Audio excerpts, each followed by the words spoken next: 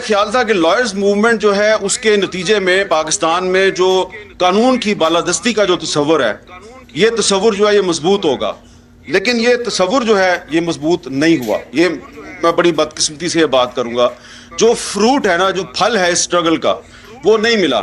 اور اسی لیے پھر اس کے بعد ہمیں خود عدالتوں میں جا کے اور کہنا پڑا کہ یہ جو ہمارے میڈیا میں جو کچھ ہو رہا ہے اس کو بند کریں۔ میں نے 2012 میں سپریم کورٹ میں پٹیشن فائل کی کہ یہ جو انفارمیشن منسٹری کا سیکرٹ فنڈ ہے اس کو آپ بند کریں، کیونکہ یہ جو سیکرٹ فنڈ ہے اس سے صحافیوں کو رشوت تقسیم کی جاتی ہے۔ اس وقت پیپلز پارٹی کی گورنمنٹ تھی، انفارچونیٹلی پیپلز پارٹی کی گورنمنٹ نے بڑی مخالفت کی ہماری، لیکن ہم نے کہا کہ یہ غلط بات ہے۔ اور اس کے بعد پھر بہت سے اور ایشوز تھے، جس کے بعد ہم میں غداری کے الزامات لگنے شروع ہو گئے، حملے ہو گئے۔ تو آج آپ کو بھی غدار کہا جا رہا ہے، آپ کو بھی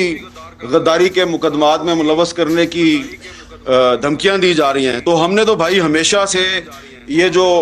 غدار کا ٹیگ لگانے والے لوگ ہیں اور غداری کے سرٹیفکیٹ تقسیم کرنے والے لوگ ہیں، ہم نے تو ہمیشہ سے مخالفت کی ہے۔ اب آپ بھی اس کی زد میں آ رہے ہیں تو ویلکم ٹو دا ٹریٹرز کلب، ہم آپ کو خوش آمدید کہتے ہیں غداروں کے کلب میں۔ اس کی وجہ یہ ہے کہ میں ذاتی طور پہ ہمیشہ یہ کہتا ہوں کہ اگر کوئی مجھے غدار کہتا ہے تو 100 دفعہ کہے کہ میرے لیے فخر کی بات ہے۔ ہاں، اگر کوئی آپ کو پیٹریوٹ کہتا ہے تو پھر آپ ذرا مشکوک ہیں،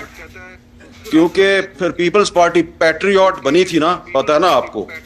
تو مسلم لیگ کے اندر بھی جو گروپ بنے تھے قائد اعظم کے نام پہ، پتہ ہے نا آپ کو کس طرح بنتے ہیں۔ ہاں، کوئی غدار کہتا ہے اس کا مطلب ہے کہ یار یہ بندہ جو ہے نا یہ اس راستے پہ چل رہا ہے جس پہ فاطمہ جناح چلی تھی۔ سب سے پہلے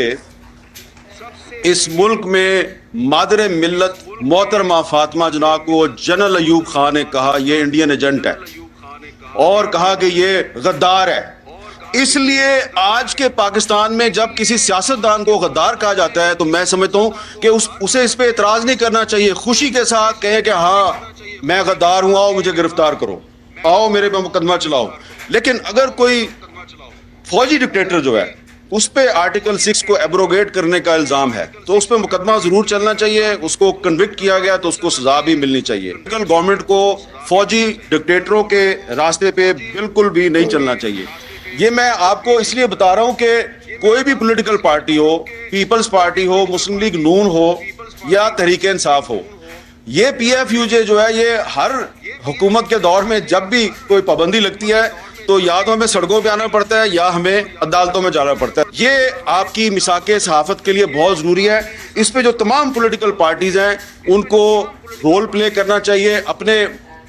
پولیٹیکل ایشوز پہ لڑائیاں ضرور کریں، لیکن یہ جو ایشوز ہیں اس پہ آپ کو ایک موقف رکھنا چاہیے۔ اور دوسری بات کہ جب پیپلز پارٹی کی گورنمنٹ تھی تو سلیم شہزاد کو اغوا کر کے قتل کر دیا گیا، ثاقب نثار صاحب کی سربراہی میں ایک کمیشن بنا، اس کمیشن کے سامنے میں نے بھی جا کے وٹنس کے طور پہ کچھ حقائق پیش کیے، اور بھی لوگ آئے۔ وہ بعد میں ثاقب نثار صاحب کہتے ہیں یار آپ لوگ جو ہے وہ مجھے مروانا چاہتے ہیں۔ میں نے کہا جی مروانا نہیں چاہتے، ہم چاہتے ہیں ہمیں انصاف دے دیں، ہمارا ساتھی جو ہے اس کو قتل کر دیا ہے اغوا کر کے۔ تو آپ کو پتہ ہے یہ تو بڑا مشکل ہے۔ پھر اس کے بعد جناب مسلم لیگ نون کی حکومت آ گئی، ان کے دور میں بھی یہی کام چلتا رہا۔ پھر پاکستان تحریک انصاف کی اس کے دور میں بھی یہی کام چلتا رہا کہ کسی صحافی پہ جب حملہ ہوتا ہے تو وہ کمیشن جو ہے اس نے انکوائری کرنی تھی، اور اس کمیشن میں ورکنگ جرنلسٹ کی تعداد زیادہ تھی۔ اب وہ کمیشن اگر وہ کمیشن آج ہوتا تو یہ جو بہت سے صحافی ہمارے سامنے بیٹھے ہیں جن پہ آج کل مقدمات درج ہو رہے ہیں اور ان کو ہراسمنٹ کا سامنا ہے، تو وہ کمیشن ان کی انکوائری کر رہا ہوتا۔ نہ وہ کمیشن بن سکا، نہ ہی اس کمیشن کا سربراہ جو ہے اس کی تقرری ہو سکی۔ لہٰذا یہ جو میثاق صحافت ہے اس میں ایک چیز یہ بھی شامل ہونی چاہیے کہ جو پچھلے دور میں جو جرنلسٹ پروٹیکشن بل بنایا گیا تھا، اس جرنلسٹ پروٹیکشن بل میں جو کمیشن ہے اس کو کمیشن کی تشکیل مکمل کی جائے، اس کا چیئرمین لایا جائے، کیونکہ اگر وہ کمیشن نہیں بنے گا تو اس کا مطلب ہے کہ جرنلسٹ پروٹیکشن بل جو ہے وہ صرف ایک ڈاکومنٹ ہے اور اس کی کوئی پریکٹیکل حیثیت نہیں ہے۔ وہ بل جو ہے وہ ضرور بننا چاہیے، اور اگر وہ بل نہیں بنتا تو اس کا مطلب ہے کہ پھر یہ جو اس وقت حکومت ہے یہ آزادی صحافت جو ہے اس میں اتنی سنسیئر نہیں ہے جتنے کہ دعوے کیے جا رہے ہیں۔ تو میں نے کافی ساری باتیں کر لی ہیں، لیکن ایک بات میں آخر میں ضرور کروں گا، اسلام آباد ہائی کورٹ بار ایسوسیشن جو ہے اس نے پاکستان تحریک انصاف کے دور حکومت میں ایک آبزرویشن دی تھی کہ لاپتہ افراد کا جو معاملہ ہے اس پر اب میڈیا میں بات کرنا بڑا مشکل ہو گیا ہے۔ وہ تو تھا تحریک انصاف کا دور حکومت، اب شہباز شریف صاحب کا دور حکومت ہے، اب انہوں نے ایک کمیٹی بھی بنا دی ہے، لیکن ابھی بھی ایسا لگ رہا ہے کہ لاپتہ افراد پہ بات کرنا کافی مشکل ہے۔ اور آپ لوگ اپنے جلسوں میں، اپنی تقریروں میں ہر ایشو کو چھیڑتے ہیں، آپ لوگ اس ایشو کو اوائڈ کرتے ہیں۔ ڈائریکٹ آپ کو میں کہوں کہ پہ جاؤ، میں بالکل یہ نہیں کہوں گا کہ پہ جاؤ، لیکن یہ ایک ایشو ہے۔ اگر آپ پاکستان میں آئین اور قانون کی بالادستی چاہتے ہیں تو یہ جو انفورس ڈس اپیرنسز کا مسئلہ ہے، لاپتہ افراد کا مسئلہ ہے، اس پر آپ کو سٹینڈ لینا پڑے گا، اور اس کا براہ راست تعلق جو ہے وہ آزادی اظہار کے ساتھ ہے، کیونکہ